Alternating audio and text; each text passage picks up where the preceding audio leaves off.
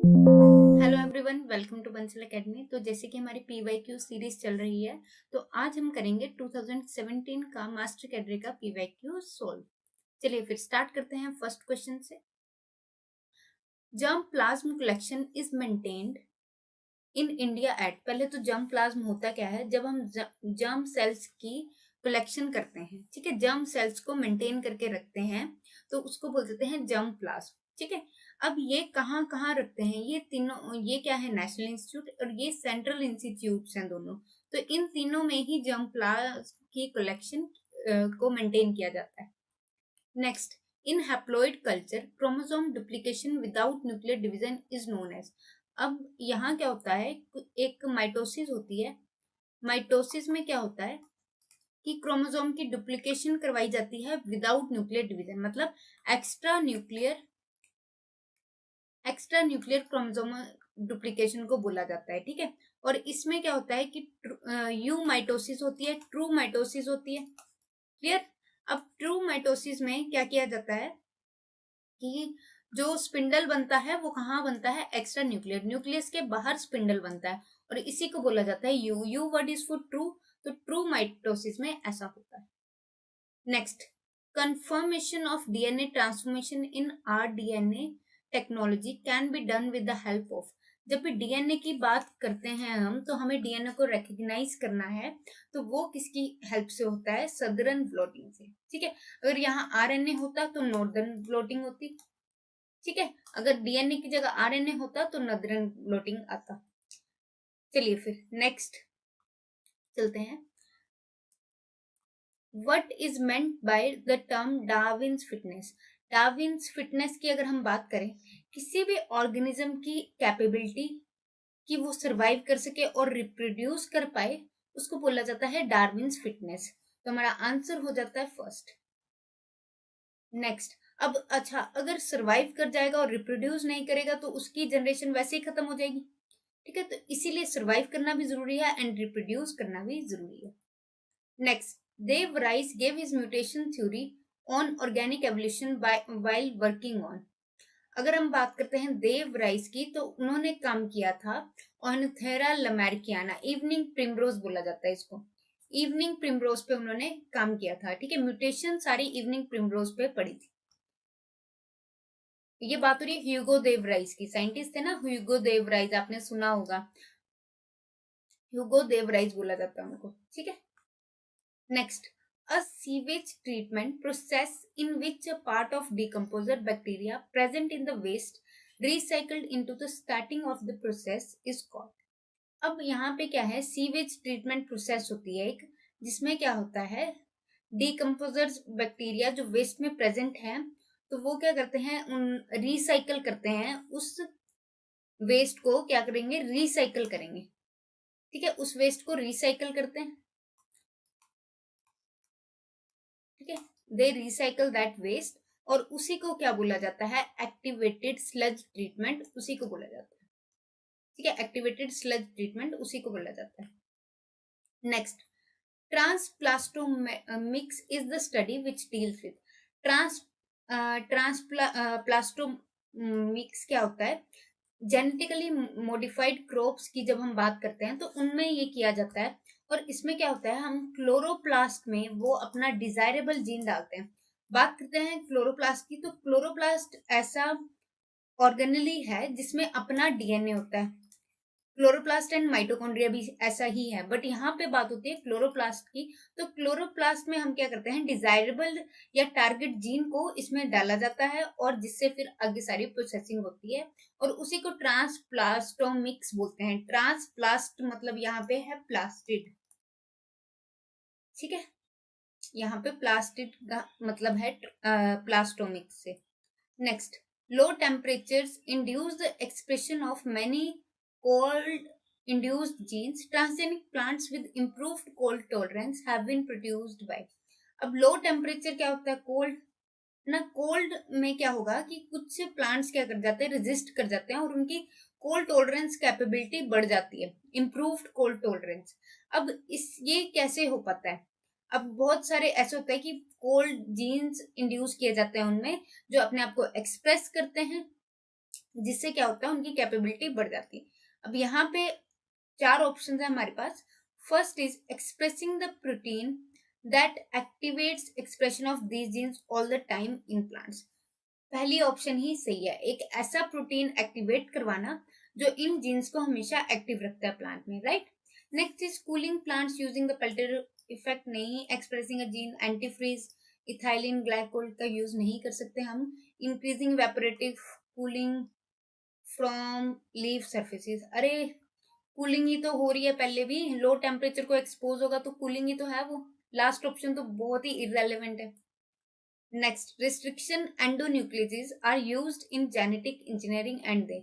Restriction endonucleases की बात करते हैं तो इसको क्या बोला जाता है, मॉलिक्यूलर सीजर भी बोला जाता है। ये क्या करते हैं, डिजायरेबल जीन पे कट लगाते हैं, मतलब डिजायरेबल साइट पे कट लगाते हैं, एक स्पेसिफिक साइट को उठाते हैं जहां इनको कट लगाना है, जहां हमें एक नया डीएनए इंसर्ट करवाना है, ठीक है। तो हमारा आंसर है cut DNA at specific sites. Next, which one of the following is not a functional unit of an ecosystem. बात करते हैं अगर हम प्रोडक्टिविटी, इकोसिस्टम का बहुत इंपॉर्टेंट एक पार्ट है, एनर्जी फ्लो भी बहुत इंपॉर्टेंट पार्ट है। प्रोडक्टिविटी होगी इकोसिस्टम की तब जनरेशन अच्छे से रह पाएंगी, इकोसिस्टम हेल्दी लाइफ अटेन करेगा, मतलब पूरा इकोसिस्टम हेल्दी रहेगा। एनर्जी फ्लो भी जरूरी है, प्लांट से एनिमल्स में आएगा तभी हम अच्छे से रह पाएंगे। Other one is decomposition. Decomposition से क्या होता है, रिसाइकलिंग ऑफ मिनरल्स, ठीक है। डीकम्पोजिशन क्या करते हैं, रिसाइकलिंग ऑफ मिनरल्स करते हैं। Next is last is stratification. Stratification क्या है, डिफरेंट लेयर्स स्ट्रेटा का प्रेजेंट होना, चाहे वो प्लांट्स की अगर हम बात करते हैं तो सबसे लोअर में हर्ब्स आ जाते हैं, देन श्रब्स, देन ट्रीज। तो वो क्या बनाते हैं, एक स्ट्रेटा बनाते हैं, डिफरेंट लेयर्स बनाते हैं, तो दैट इज स्ट्रेटिफिकेशन। अब स्ट्रेटिफिकेशन का इकोसिस्टम से क्या लेना देना डायरेक्टली, कि वो प्रोडक्टिविटी, एनर्जी फ्लो, डिकम्पोजिशन, इन सबसे, फ्लो ऑफ मिनरल्स, इन सबसे कुछ लेना देना नहीं, right. Next, which one of the following ecosystem types has the highest annual net primary productivity? Net primary productivity कहाँ की होगी, जहां पे फॉरेस्ट हेल्दी होगा, प्लांट्स हेल्दी होंगे। अब प्लांट सबसे हेल्दी और सबसे ज्यादा रेनफॉल कहाँ होती है, ट्रॉपिकल रेन फॉरेस्ट में। ट्रॉपिक जो ट्रॉपिकल रीजन है, हमें पता है ट्रॉपिकल रीजन पे सबसे ज्यादा वेजिटेशन है, राइट। अब ट्रॉपिकल रीजन पे सबसे ज्यादा वेजिटेशन कब होगी, जब रेनफॉल भी उतना ही है, मौसम ठीक है, मौसम फेवरेबल है, रेन भी उतनी होनी चाहिए, ठीक है। तो हमारा आंसर है tropical rain forest. Next, if we completely remove the decomposers from an ecosystem, its functioning will be adversely affected because अगर हम decomposers को किसी इकोसिस्टम से पूरी तरह रिमूव कर देते हैं तो उसकी फंक्शनिंग भी बुरी तरह इफेक्ट होती है। क्यों? क्योंकि डीकम्पोजर्स क्या करते हैं, रिसाइकलिंग ऑफ मिनरल्स कौन करता है, रिसाइकलिंग ऑफ मिनरल्स कौन करता है, डीकम्पोजर्स, ठीक है।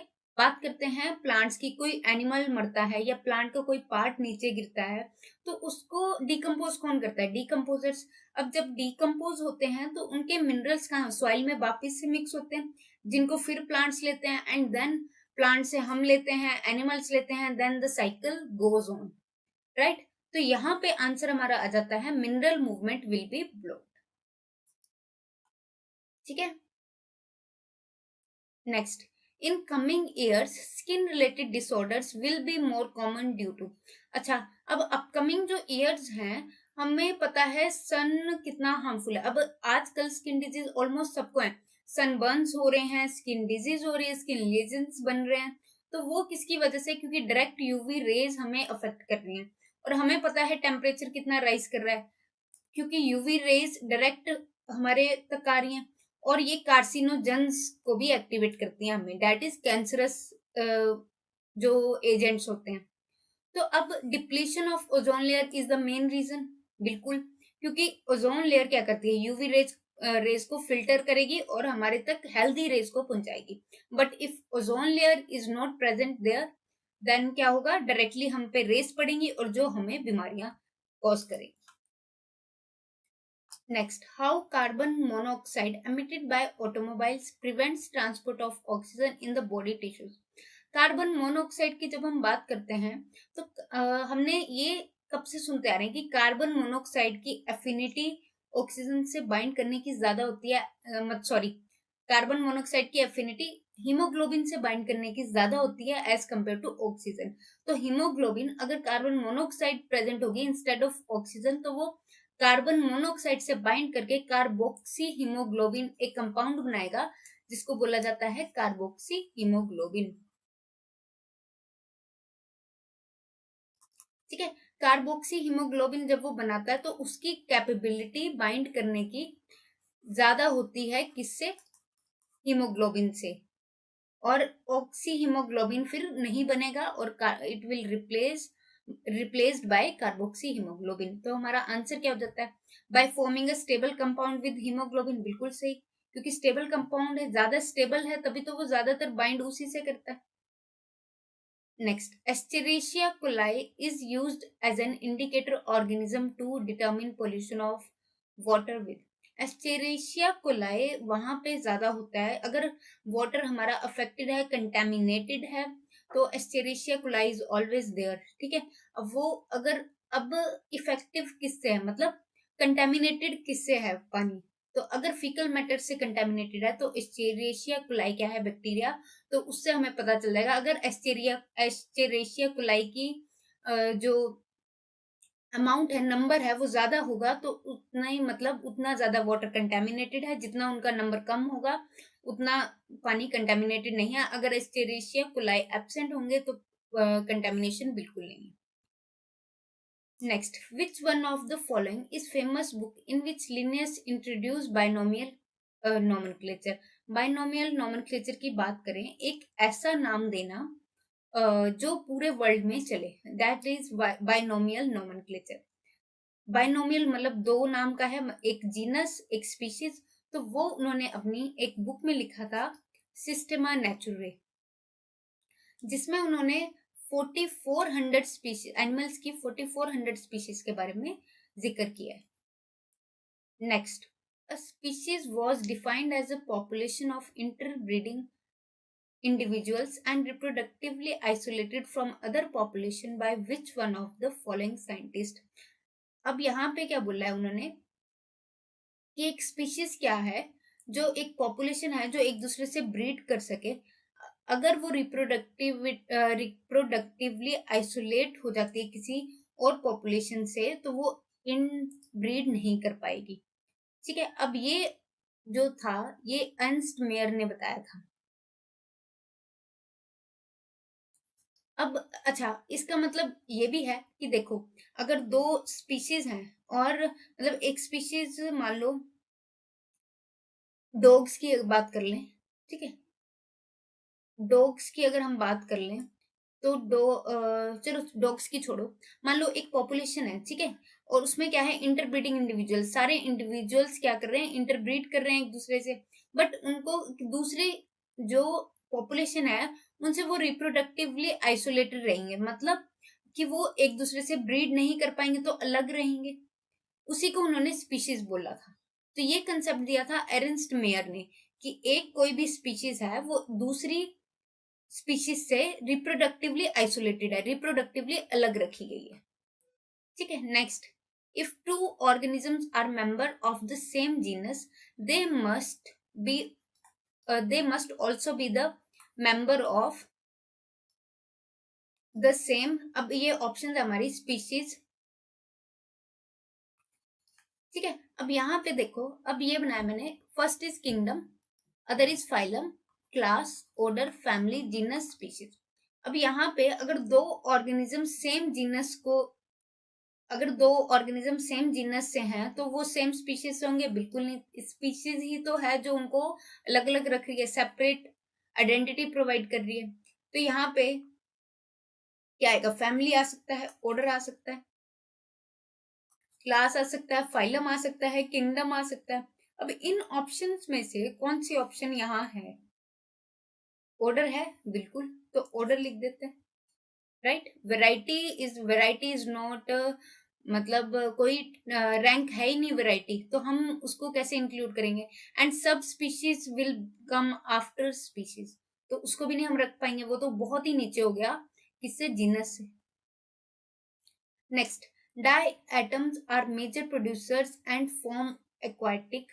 अब डाई एटम्स क्या है, मेजर प्रोड्यूसर्स है, मतलब डाई एटम्स क्या है, primary productive sorry diatoms क्या है जिससे पूरी फूड चेन चल रही है।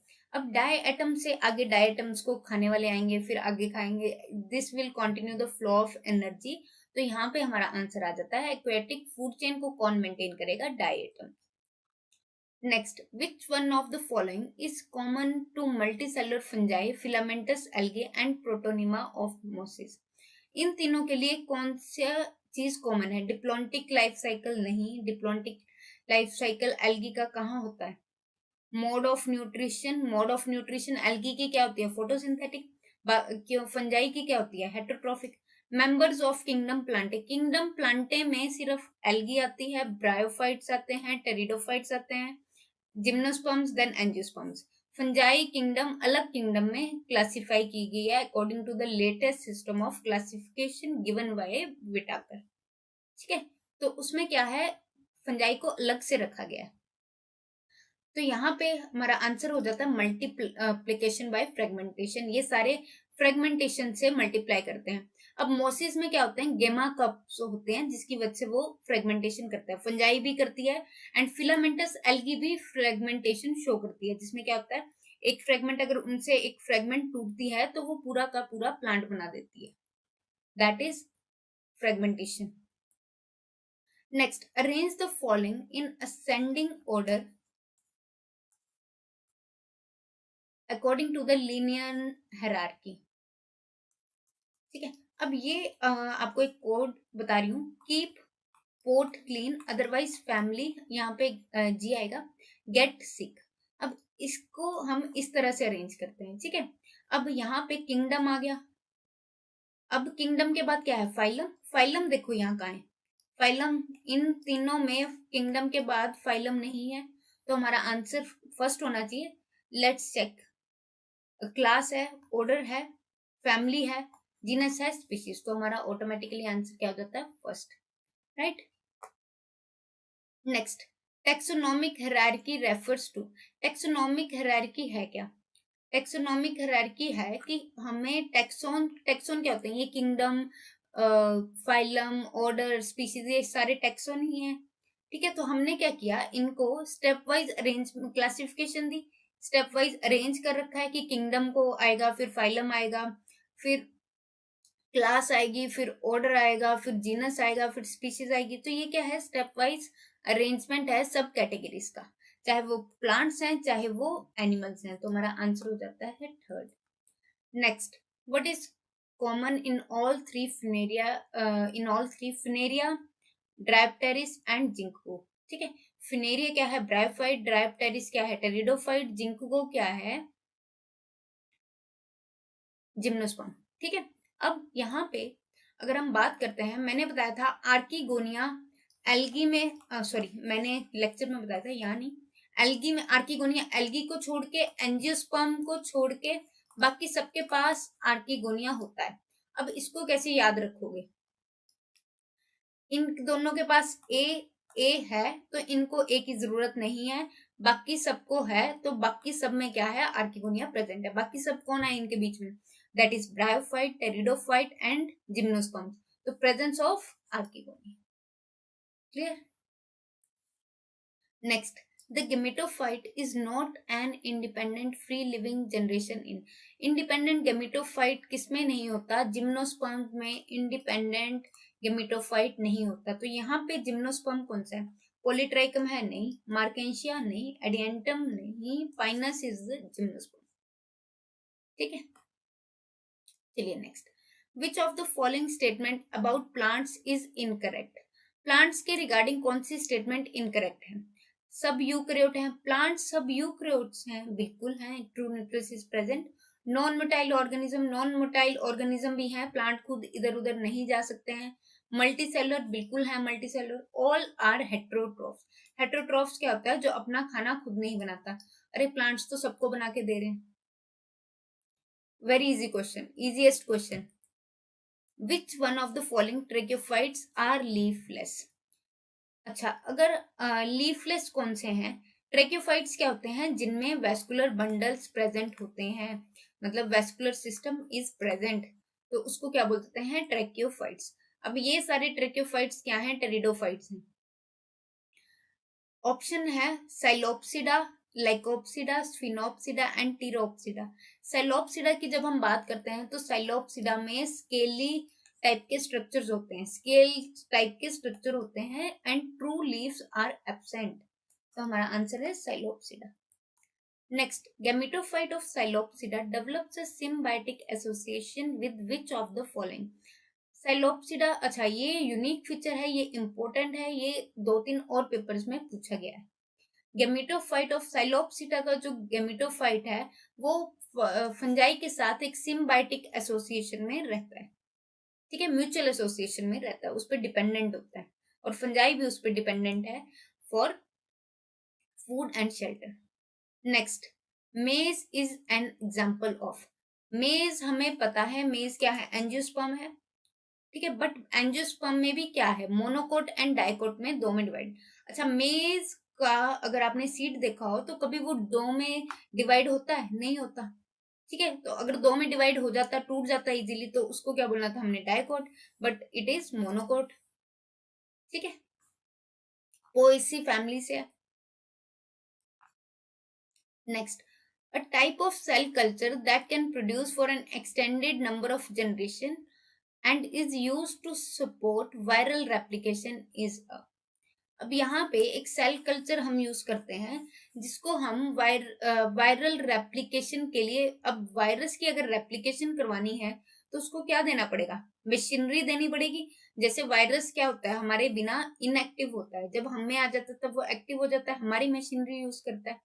तो अब वायरस को एक्टिवेट रहने के लिए क्या चाहिए? सेल चाहिए, बिल्कुल चाहिए, कॉन्टिन्यूअस सेल सप्लाई चाहिए उसको एक्टिवेट करने के लिए, अपने आप को रेप्लिकेट करने के लिए, डिवाइड करने के लिए। तो हमारा आंसर हो जाता है कॉन्टिन्यूअस सेल लाइन, ठीक है। चलो फिर आगे चलते हैं। Next, which of the following is not N RNA virus? यहाँ पे आरएनए वायरस कौन सा नहीं है? Adeno virus is DNA virus. Adeno virus को याद कैसे रखोगे? एडिनो, डी आ गया तो डीएनए वायरस है, बस इसी को याद रखना आपने, डीएनए वायरस है, ठीक है। Next, as the secondary growth proceeds in a dicot stem the thickness of. अगर सेकेंडरी ग्रोथ की बात करते हैं हम डाइकोट स्टेम की, तो सेकेंडरी ग्रोथ प्राइमरी ग्रोथ के बाद होती है, और सेकेंडरी ग्रोथ किसकी थिकनेस करती है? हार्टवुड की थिकनेस करती है, ठीक है। Next, which of the following plants have root pockets? अच्छा, रूट पॉकेट्स है क्या? जहां पे रूट कैप का कोई काम नहीं है तो वो वेस्टिजियल ऑर्गन बन जाता है। अब रूट कैप का किस प्लांट में कोई काम नहीं है और वो क्या बन गया है? वेस्टिजियल ऑर्गन, जिसके लिए नाम आता है रूट पॉकेट। तो इछोरनिया की अगर हम बात करते हैं, इछोरनिया क्या है? वाटर हेसेंथ। वाटर हेसेंथ को रूट्स में पेनिट्रेट, सॉरी, वाटर हेसेंथ की रूट्स को सॉइल में पेनिट्रेट करने की जरूरत ही नहीं है, ठीक है, क्योंकि वो तो ग्रो करता है वाटर में। इसीलिए तो यहाँ पे वेस्टिजियल किस में होना चाहिए? इछोरनिया में होना चाहिए। ओपेंशिया, कैपेरिस, बेनियन, ये सारे कहाँ ग्रो कर रहे हैं? ये सारे तो सॉइल में ग्रो कर रहे हैं, इनमें तो रूट कैप चाहिए इनको, ठीक है। तो वेस्टिजियल किस में होगा? Eichhornia, that is water hyacinth. And the other name of water hyacinth is Bengal of terror, क्योंकि इससे ये क्या करता है? एक वाटर पे सरफे वाटर के अपर सरफेस पे एक पूरा का पूरा लेयर बना लेता है, जिससे ऑक्सीजन सप्लाई रोक देता है और जो एक्वाटिक लाइफ होती है उसको खत्म कर देता है। That's why it is known as terror of Bengal, और बंगाल में इसने यही किया था। Next, potatoes are borne on. अगर पोटैटोज की बात करते हैं तो पोटैटोज कहाँ ग्रो करते हैं? Axil of scaly leaves. Scaly leaves की एक्सिस पे ग्रो करते हैं, ठीक है, प्राइमरी रूट्स पे नहीं। हमें पता है टोमेटो क्या है? मॉडिफिकेशन है स्टेम की। एडवेंटिशियस रूट्स पे नहीं, axil of scaly leaves. Next, in which one of the following the stem performs the function of storage and propagation? इनमें से कौन सा स्टेम फंक्शन कर रहा है स्टोरेज के लिए? अब अगर हम बात करते हैं जिंजर, तो ginger is a stem modification, तो जिंजर क्या करता है, स्टेम मॉडिफिकेशन है और स्टोरेज और प्रोपेगेशन के काम। चलिए फिर नेक्स्ट क्वेश्चंस हम कवर करेंगे नेक्स्ट वीडियो में। चलिए मिलते हैं फिर अगली वीडियो में।